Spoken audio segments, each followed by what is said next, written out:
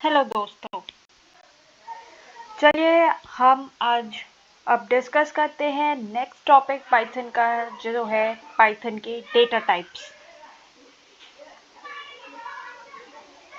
हर programming language में ये same topics होते हैं, कुछ कॉमन स्टार्टिंग के बेसिक्स। तो अगर आप ये पाइथन में समझ रहे हैं डेटा टाइप्स और इफ एल्स स्टेटमेंट्स, आगे चलकर हम देखेंगे।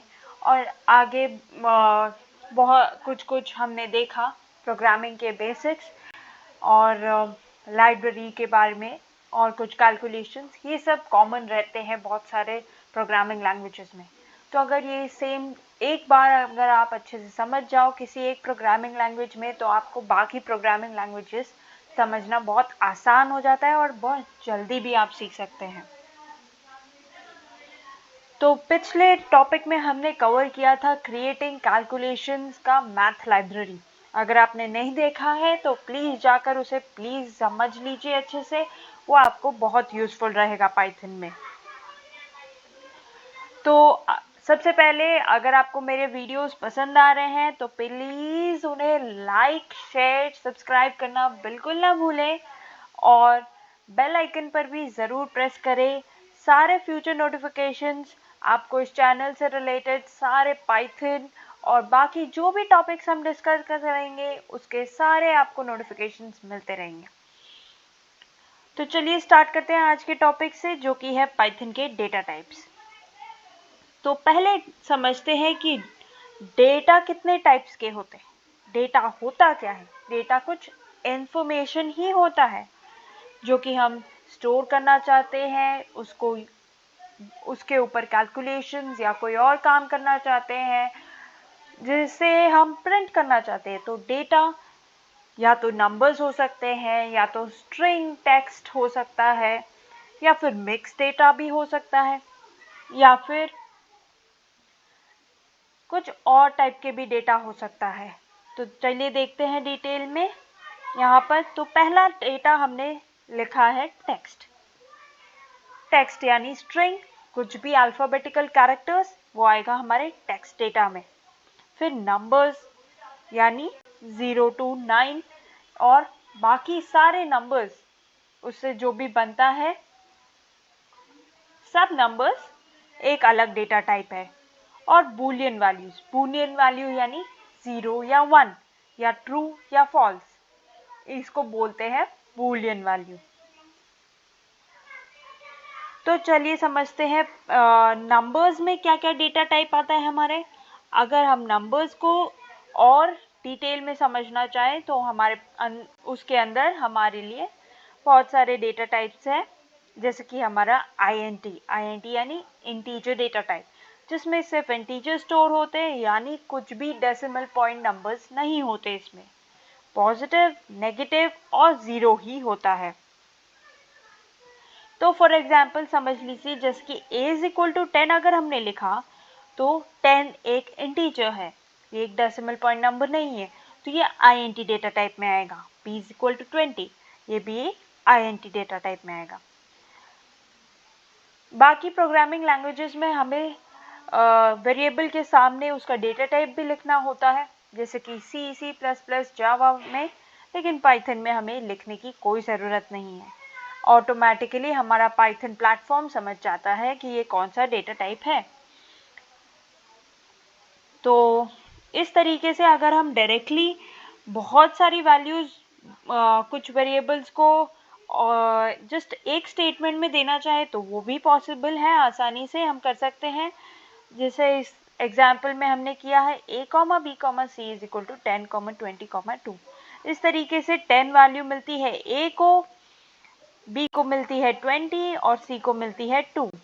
लेकिन अगर हमने ऑर्डर गलत कर दिया, जैसे कि हम देना चाहते थे a को 10, b को 20 और c को 2, लेकिन हमने उल्टा लिख दिया 2, 20, 10, तो हमारे वैल्यूज भी उस तरीके से गलत सेव हो जाएंगे वेरिएबल्स में। तो हमें ऑर्डर का भी ध्यान रखना होगा, और साथ ही एक और बात का ध्यान रखना होगा कि यहाँ पर अगर हमारे 3 वेरिएबल्स है तो हम यहाँ पे 3 वैल्यूज दें, वरना हमें एरर दिखाएगा। कि हमारे पास इनफ वैल्यूज नहीं है। और पाइथन के डेटा टाइप्स डायनामिक होते हैं। अब डायनामिक का मतलब क्या है? डायनामिक का मतलब है कि साइज ऑफ द नंबर पे कोई लिमिट नहीं है। अगर हम कितने भी बड़ा नंबर सेव करना चाहें, पाइथन हमें अलाउ करता है। पाइथन तो अलाउ करता है, लेकिन अगर हम एक इन्फिनिटली बड़ा नंबर जितना कुछ सेव करना चाहते हैं, तो अगर वो पाइथन के मेमोरी को भी क्रॉस कर जाता है, तो उधर तब पाइथन हमें लिमिट करेगा। वरना पाइथन को कोई दिक्कत नहीं है, हम कितना भी बड़ा नंबर ले सकते हैं। तो चलिए समझते हैं नेक्स्ट न्यूमेरिक डेटा टाइप, जो कि हमारा फ्लोट है। फ्लोट यानी कि जो डेसिमल नंबर सेव करता है। तो इधर सिंपली हम किसी भी वेरिएबल में डेसिमल पॉइंट नंबर सेव करना चाहें तो इस तरीके से लिख सकते हैं, जैसे कि a is equal to 10.5। Maximum precision इसमें अलाउड होता है 16 डिजिट्स का, तो डेसिमल पॉइंट के बाद हम 16 वैल्यूज दे सकते हैं। सॉरी, मैक्सिमम हम डेसिमल के बाद 15 डिजिट्स दे सकते हैं। 16 हमारा अपर लिमिट है, 16 हमने इंक्लूड कर सकते हैं। और अगर उससे ज़्यादा हमने दिया तो वो सब सेव नहीं होगा, वो सब इंफॉर्मेशन लॉस्ट हो जाती है। तो इस तरीके से हम अगर दो वैल्यूज़ डिफरेंट डेटा टाइप्स की एक साथ स्टोर करना चाहे तो वो भी पॉसिबल है। अगर हमने a, b is equal to 5, 2.5 दिया तो a में हमारा 5 स्टोर होगा और b में 2.5, a में इंटीजर वैल्यू और b में float value.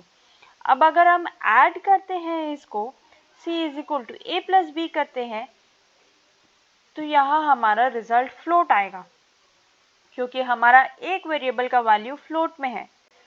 Float data type को आईएनटी डेटा टाइप से सुपीरियर माना जाता है पाइथन में। तो हम यहाँ पर एक्सपेरिमेंट करके देख लेते हैं सेम चीज़। तो हमारा रिजल्ट फ्लोट में आना चाहिए, a, b is equal to 5, 2.5। तो अगर हम करते हैं प्रिंट a प्लस b, तो हमारा आउटपुट फ्लोट में आना चाहिए। तो यहाँ देख सकते हैं हम लोग का आउटपुट आया है 7.5, जो कि एक फ्लोट वैल्यू है। तो हमारा data type automatically higher data type में कन्वर्ट हो जाता है। आईएनटी से हायर फ्लोट है, फ्लोट से हायर डबल होता है, तो अकॉर्डिंगली ये सब कन्वर्ट हो जाता है। तो अब चलिए हम दूसरा डेटा टाइप के बारे में समझते हैं, जो कि है हमारा स्ट्रिंग डेटा टाइप, जिसमें हम स्ट्रिंग्स या टेक्स्ट डेटा स्टोर करते हैं, यानी कोई भी अल्फ़ाबेट्स, कैरेक्टर्स वगैरह। यहाँ पे मेमोरी साइज 1 बाइट यूज़ होती है पर कैरेक्टर। इसको लिखने के लिए हम सिंगल कोट्स या डबल कोट्स यूज़ करते हैं। नंबर्स में हमें सिंगल या डबल कोट्स की ज़रूरत नहीं होती। तो पहले समझते हैं स्ट्रिंग्स क्या होते क्या है। अ सीक्वेंस ऑफ कैरेक्टर, जैसे कुछ भी मैसेज या फिर कोई भी टेक्स्ट एक सीक्वेंस ऑफ कैरेक्टर्स होता है, तो उसे स्ट्रिंग कहा जाता है। और यहाँ पर जैसे कि हमारे पास सीक्वेंस ऑफ कैरेक्टर्स होता है, ये कंटिन्यूअस इंफॉर्मेशन है, तो यहाँ पे हमें किसी एक पर्टिकुलर कैरेक्टर को एक्सेस करने के लिए इंडेक्स की भी ज़रूरत होती है। तो यहाँ हर कैरेक्टर के पास एक नंबर होता है, जिसको हम यूज़ कर सकते हैं उस कैरेक्टर को एक्सेस करने के लिए। वो भी हम देखेंगे अभी। तो समझ लीजिए अगर हमारा स्ट्रिंग है हेलो वर्ल्ड, जिसको हमने दिया है डबल कोट्स में, इसका इंडेक्स वैल्यू आएगा 0 से 10 तक। एच को मिलेगी 0 इंडेक्स वैल्यू और डी में आते हम 10 पे आ जाते हैं। आप देख सकते हैं एच है हमारा 0, ई है 1, एल है 2, फिर उसके बाद आएगी हमारी 3, उसके बाद है O4 में, फिर हमारे स्पेस को भी, एक वाइट स्पेस को भी एक इंडेक्स वैल्यू मिलती है जो कि है 5, फिर W6, O7, R8, L9 और D10। इस तरीके से हमारा इंडेक्स वैल्यू लास्ट का 10 होता है। तो हम स्पेस को भी एक इंडेक्स वैल्यू देते हैं। इस तरीके से हम स्ट्रिंग लिखते हैं। तो चलिए देख लेते हैं स्ट्रिंग को करके भी। अगर हमने C में एक स्ट्रिंग स्टोर किया, C is equal to hello world,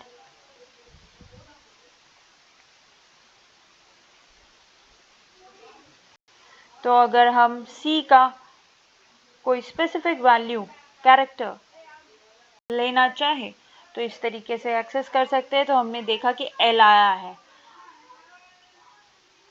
तो इंडेक्स को अगर हम चेक करें तो इंडेक्स नंबर 3 में हमारा L ही स्टोर्ड है। तो इस तरीके से हम किसी भी पर्टिकुलर वैल्यू को एक्सेस कर सकते हैं स्ट्रिंग के। तो चलिए बढ़ते हैं आगे, देखते हैं नेक्स्ट क्या है। नेक्स्ट है हमारा टाइप कास्टिंग।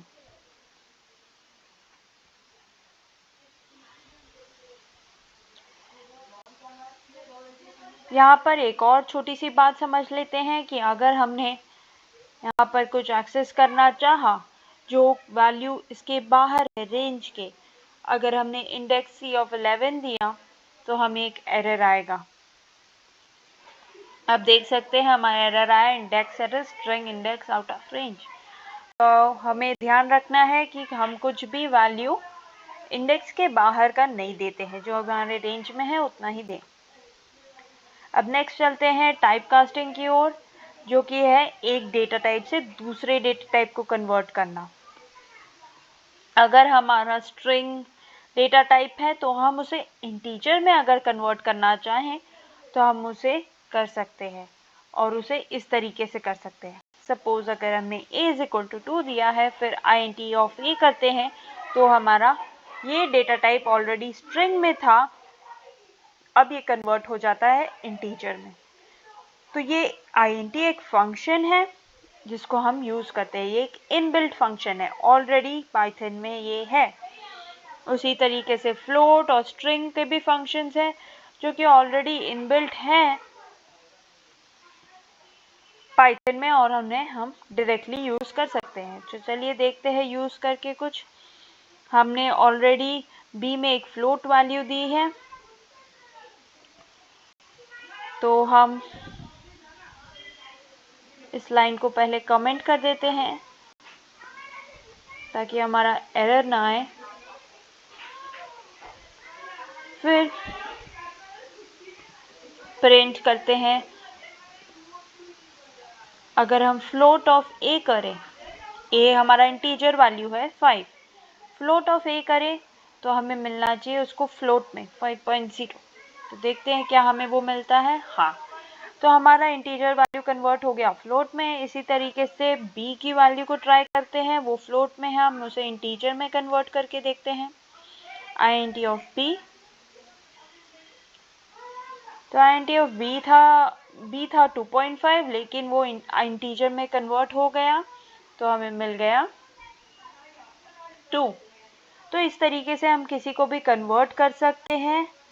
और आपको याद ही होगा, हमने इनपुट फंक्शन जब पढ़ा था तो हमने देखा था कि इनपुट के साथ अगर हम int फंक्शन यूज़ करते हैं तो वो जो भी इनपुट आता है वो int में कन्वर्ट हो जाता है। इस तरीके से हमने पहले दिया था, please enter a number. x में अगर हम इनपुट देते हैं तो ये नंबर जो भी हम डेटा इनपुट करेंगे वो int में कन्वर्ट हो जाएगा। तो इसको भी रिवीजन की तरफ फिर से चेक कर लेते हैं। तो यहाँ नंबर मांग रहा है, हमने 56 दिया तो हमारा वो नंबर प्रिंट कर दिया है इसने। तो ये थे डेटा टाइप्स के बारे में पाइथन के। आगे हम पढ़ेंगे इफ स्टेटमेंट्स, इफ एल्स और बाकी सारे टॉपिक्स। तो प्लीज़ नेक्स्ट वीडियो देखिए, आपको पूरा पाइथन बहुत आसानी से बहुत अच्छे से समझ आ जाएगा। Thank you, keep watching.